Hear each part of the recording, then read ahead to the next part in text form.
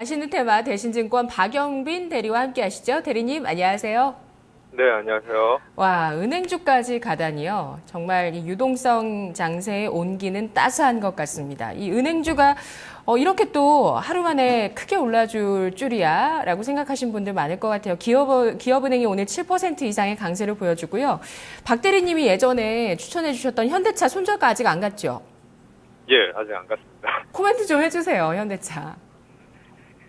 글쎄요. 추천드린 종목 중에서 좀 유일하게 못 가고 있는 종목 중에 하나인데, 아무래도 1분기 실적에 대한 어떤 불안감이 좀, 발목을 잡고 있는 것 같습니다. 하지만 지금 은행주 움직이는 거 보시니 아시겠지만, 증권주가 그동안 랠리를 계속 펼쳤고, 잠깐 주춤하는 사이에 같은 금융 섹터 안에 있는 은행주가 움직이듯이, 지금 경기 민감주들이 어떻게 보면 순환매 장세처럼 계속해서 강한 모습 보여주고 있습니다. 굳이 자동차 섹터가 다른 섹터에 대비해서 디스카운트 받을 이유는 크게 없다고 보고 있습니다. 오늘 새로운 이야기 들어볼게요. 어떤 이야기 가지고 오셨나요? 예, 방금 드렸듯이 낙폭과대 경기 민감주들이 상당히 좀 요즘에 좋은 움직임 보여주고 있습니다. 저희가 얘기하는 경기 민감주라고 하면 증권, 건설, 그리고 정유화학, 조선까지 그동안 상당히 2011년 고점 이후에 주가 조정을 많이 받은 섹터인데 지금 최근에 어떤 유동성 장세에서 기관과 외국인 매수세가 이쪽 섹터에 많이 유입이 되고 있습니다. 제가 마시는 테마 방송하면서 제일 처음 추천드린 종목이 GS건설이었는데, 그때도 제가 GS건설 추천드렸던 이유가, 건설주들의 어떤, 유동성, 파레나스 호텔 매각 이후에 유동성이 공급이 되면, 올해 부동산 경기가 워낙 좋기 때문에, 바닥에서 강한 반등이 나올 것 같다 하고 추천을 드렸습니다. 오늘은 그 건설주 중에서 GS건설과 같은 움직임이 나올 수 있는 그런 건설주로 좀 준비를 해봤습니다. 한라라는 종목입니다. 한라라는 종목인데, 지난주 수요일에 민간 투자 사업 활성화 방안을 정부에서 발표를 했습니다. 정부와 민간이 사업 위험을 분담해서 민간 투자를 유인할 수 있는 어떤 방식을 도입하겠다. 이렇게 얘기를 했는데, SOC 사업이라고 하는 어떤 도로, 항만, 공항, 그리고 교량, 생활 기반 시설들에 대한 그런 투자가 활성화될 것으로 예상이 되고 있고, 우리는 여기서 한 가지 또 투자 힌트를 얻을 수가 있는 게, 건설사들 중에서 토목 비중, 즉 SOC 투자 비중이 좀 높은 그런 건설사 중에서 주가가 많이 오른 그런 종목이 있다면 충분히 매수해 볼 만한 타이밍인 것 같습니다. 한라 같은 경우는 지금 인천국제공항 그리고 평택항, 경부고속철도, 소양고속도로까지 SOC 기반 어떤 토목 비중이 상당히 높은 그런 건설사이기 때문에 오늘 제가 추천드리려고 가지고 나왔습니다. 네. 우리에게 익숙한 건설사들은 아파트 브랜드들이 유명한 건설사가 될 텐데요. 그런 쪽이 아니라 SOC 쪽으로 주로 사업을 하고 있는 건설사 중에서 골라볼 필요가 있겠다라고 하셨어요. 민간 투자 사업 활성화 방안 이것 때문인가요? 네, 맞습니다. 그동안 사실 SOC 사업이 상당히 부진했습니다. 왜냐하면 수익이 그만큼 나지 않았고 건설 경기가 좋지 않았기 때문에 비용을 많이 투자해서 그것을 수익으로 회수하는 데 상당히 많은 기간이 걸렸기 때문인데 지금 정부에서는 정부가 일정 부분에 대해서 손익을 보전해주면서 민간 투자를 유인할 수 있는 방식을 도입하기 때문에 앞으로 SOC 사업이 상당히 좀 활성화될 것으로 보고 있습니다. 방금 언급하셨던 그 건설사들 주가를 끌어올리는데 가장 큰 어떤 모멘텀이 되었던 것은 부동산 거래가 상당히 활성화되었기 때문인데 그런 주택 부분에 대한 어떤 모멘텀은 이미 주가에 좀 많이 반영이 되지 않았나. 그래서 지금은 이제 토목 비중이 높은 건설사 쪽으로 우리가 눈을 조금 돌릴 때가 된 것 같습니다. 네네. 좀 저평가 매력이 있으면 또 볼만하겠다는 생각도 들기도 하고요. 앞으로 이 SOC 투자가 진짜 활발해지려면 정말 우리 정부도 참 돈을 많이 써야 되는 부분이 있기 때문에 부담이 될 것 같긴 한데 일단 기업 내용 알아볼게요. 한라 어떤 기업이죠? 예, 한라는 2013년에 사명을 한라건설에서 한라로 바꾼 시공능력 17위에 우리나라 중견 건설사입니다. 지금 현재 수주 잔고 남아있는 걸 보니까 토목 쪽에서 한 40% 정도, 그리고 건축 쪽에서 25%, 그리고 주택 쪽에서 20% 정도 지금 수주 잔고 남아있고 지금 현재 주택 쪽에서는 한라 비발디라고 하는 브랜드, 아파트 고급 브랜드를 보유하고 있습니다. 주주 구성은 종몽원 회장이 24%, 그리고 KCC가 12% 가지고 있습니다. 그리고 한라 앵컴, 한라 개발, 한라 OMS 같은 자회사들을 보유하고 있습니다. 여기서 우리가 눈여겨봐야 할 것들이 자회사들이 모두 건설 쪽에 관련된 자회사들인데 간단히 한번 살펴보면 한라행컴 같은 경우는 레미콘 제조업체입니다. 2014년에 약 70억 정도 적자를 냈는데 지금 현재 레미콘 시멘트 가격 인상과 함께 올해 턴어라운드가 예상되고 있고, 한라개발 같은 경우는 부동산 임대, 건물 관리 쪽에 특화되어 있는 회사입니다. 그리고 한라 OMS는 신재생에너지, 수처리 사업 쪽으로 특화되어 있는 자회사들입니다.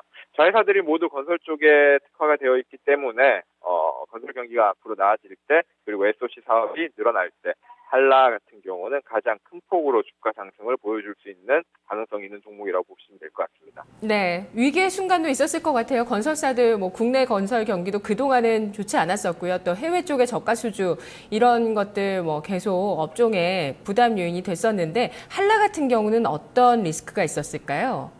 예, 한라 같은 경우는 해외 쪽은 크게 매출 비중이 크지 않기 때문에 해외 쪽은 크게 리스크는 없고, 국내 건설사들이 모두 2011년 고점으로 지금 계속해서 주가가 많이 빠지다가 최근에 반등이 나오고 있는데, 한라도 마찬가지였습니다. 2011년 7월 달에 2,600원 고점에서 지금 2013년 12월 4,600원까지 주가가 계속해서 빠졌습니다. 2년 6개월 동안 주가는 약 80% 정도 급락을 했는데, 이 급락한 배경에는 약 6천억 정도의 대규모 손실을 반영을 했기 때문에 주가가 상당히 많이 빠졌는데, 지금 보면 근데 그동안 주가의 대규모 손실의 근원이라고 했던 영종도 하늘도시, 김포 신도시, 이런 악성 미분양 물량들이 최근에 부동산 경기가 나아지면서 급격히 감소하고 있다는 거, 이 부분이 우리가 또 하나 꼽을 수 있는 투자 포인트인 것 같고, 현재 한라 모든 건설사들이 마찬가지지만 차입금 부채 비율이 상당히 높으면서 상당히 많은 차입금을 보유하고 있고, 거기에 따른 이자 비용이 상당히 많이 나가고 있습니다. 한라도 예외가 아닌데 지금 현재 9,200억 정도의 차입금을 보유하고 있고, 고무적인 것은 2012년에 1조 5천억, 2013년에 1조 2천억, 그리고 작년에는 9,200억까지 이렇게 차입금을 줄여놓은 상태라는 거. 그래서 이자 비용은 2년 전과 비교해서는 약 300억 정도 작게 나가고 있다는 점. 그 부분이 좀 역시 우리가 짚어봐야 될 점인 것 같고, 현재 이렇게 과도한 차입금이 추가적으로 개선될 여지가 있는 것이 한라그룹 지배구조 개편에 있습니다. 한라그룹 지배구조 개편 시 약 3,500억의 유동성의 확보가 가능한데, 왜 3,500억이냐면 지금 한라가 보유 중인 만도 지분이 약 17% 정도가 있는데 시가로 환산하니까 한 2,500억 정도. 그리고 한라가 보유 중인 한라홀딩스 지분도 지금 시가로 환산했더니 약 950억 정도. 지금 한라그룹이 한라홀딩스를 정점으로 모두 병렬적으로 이렇게 지배구조를 개편하려고 하고 있기 때문에 지금 현재 한라가 보유하고 있는 만도와 한라홀딩스 지분은 곧 이제 시장에 나올 것 같습니다. 그렇게 해서 총 3,500억 정도의 현금이 조달 가능하고, 지금 그리고 제주 세인트포CC를 지금 이제 매각 작업을 진행하고 있는데, 제주 세인트포CC 매각 시에도 약 1,500억 정도 현금이 유입이 됩니다. 그래서 총 5천억 정도의 현금이 유입되고, 이 현금의 상당 부분은 차입금 상환에 드릴 예정입니다. 제가 2월에 GS건설 추천드릴 때 파레나스 호텔 매각이 되고 나면 주가는 좀 탄력적으로 올라갈 것 같다 말씀을 드렸는데, 실제 GS건설도 파레나스 호텔 매각 이후에 주가가 급등하는 모습을 보여줬습니다. 따라서 한라도 그런 같은 맥락으로 접근을 하시면 될 것 같습니다. 네, 그렇군요. 이렇게 유동성을 확보하면서 개선되는 재무 구조까지 짚어주셨습니다. 한라 상당히 좀 모습이 또 특징적입니다. 건설자가 안 들어가다 보니까 건설주인지 잘 모르시는 투자자분들도 그동안 많이 계셨을 것 같고, 11월, 12월 저점을 기록한 이후에 여러 번 이 저점을 다지면서 한 4번 정도 다지면서 지금 200일 이평선을 바로 어제 강하게 돌파하는 흐름을 만들어냈습니다. 이제 본격적인 상승세가 시작될 수 있을 것인가? 어떤 포인트들이 있을까요? 예, 올해가 어떤 우리가 주식 투자하면서 가장 중요한 것은 결국은 이제 얼마나 돈을 버는지, 그리고 그동안 안 좋았던 회사가 있었다면 이제는 적자를 내지 않는지, 그 부분이 상당히 중요한 포인트인데, 한라 같은 경우는 작년 2014년에 이제 대규모 영업 손실을 영업이익으로 흑자 전환을 시켰습니다. 2013년 영업 손실 2,500억 원에서 작년에는 영업이익 370억 원을 냈습니다. 그리고 올해는 순이익으로도 본격적으로 턴어라운드하는 원년이라고 보시면 될 것 같습니다. 그 근거는 방금 말씀드렸던 순현금이 5천억 가까이 유입이 된다는 점, 그리고 차입금이 절반으로 감소하면서 이자 비용이 현재 약 1,000억 원 정도 이자 비용이 나가고 있는 게 500억까지 줄어든다는 점, 그 부분이 상당히 중요한 포인트이고, 그리고 토목적은 제가 방금 말씀드렸듯이 상당히 강점이 있는 회사인데 주택 부분도 지금 시흥 105 신도시가 2차 분양 5월달에 시작을 합니다. 근데 시흥 105 신도시 1차 분양도 작년 10월달에 2,700세대 100% 계약을 완료시켰고 지금 현재 2차 분양도 5월에 시작하는데 상당히 지금 분위기는 좋다는 점. 그래서 주택과 토목이 동시에 이끌 수 있는 그런 환경을 만들어놨고 자회사들도 턴어라운드, 차입금은 상당히 많이 감소하고 있다. 이렇게 포인트 잡아주시면 될 것 같습니다. 네, 주가는 뭐 이미 지지난해부터 어떤 박스권의 횡보 양상을 계속 이어가는 모습입니다. 지금도 뭐 그 안에 있는 모습이고요. 지금 7,400원대 현재 주가 4% 넘는 강세를 보여주고 있습니다. 전략 세워주시죠. 저는 개인적으로 맛있는 테마 방송을 장 시작하기 전에 했으면 좋겠는 게, 제가 추천하기 전에 항상 이렇게 좀 주가가 많이 올라서 제가 매수가는 지금 7,000원으로 제시를 해드렸는데, 오늘 상당히 좀 주가가 많이 오른 것 같아요. 지금 7,400원 정도 거래되고 있는데, 글쎄요, 한라 보시면 아시겠지만 제가 아까 말씀드렸다시피 26,000원부터 상당히 큰 폭으로 주가가 하락을 하다가 작년부터 영업 손실 2,500억에서 흑자로 전환하는 작년부터 바닥을 쳤습니다.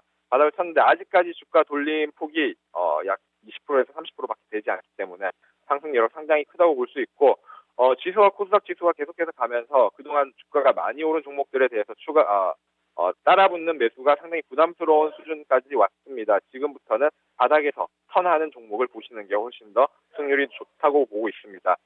매수가 7,000원에서 7,300원 사이에서 제시를 해드리고 목표가는 10,000원 제시해드리도록 하겠습니다. 한라의 적정 시가 총액은 1조 원까지 크게 부담이 없기 때문에 목표가 10,000원까지 매매 가능하실 것 같고 손절가는 추세를 무너뜨리는 6,000원 제시해드리도록 하겠습니다. 그리고 방금 왕이카오 분께서 말씀하셨듯이 지금 유예길선인 6,500원 두터운 물량대인데 그 부분을 상당히 강력하게 어제 돌파를 했습니다. 대량 거래를 2번 하면서 돌파를 했기 때문에 당분간 이 추세가 꺾이기는 상당히 좀 힘들 것으로 보고 있습니다. 잘 들었습니다. 고맙습니다. 네, 감사합니다. 네, 한라에 숨겨져 있는 테마, 건설, 토목, SOC, 턴어라운드 원년, 재무구조 개선이었습니다.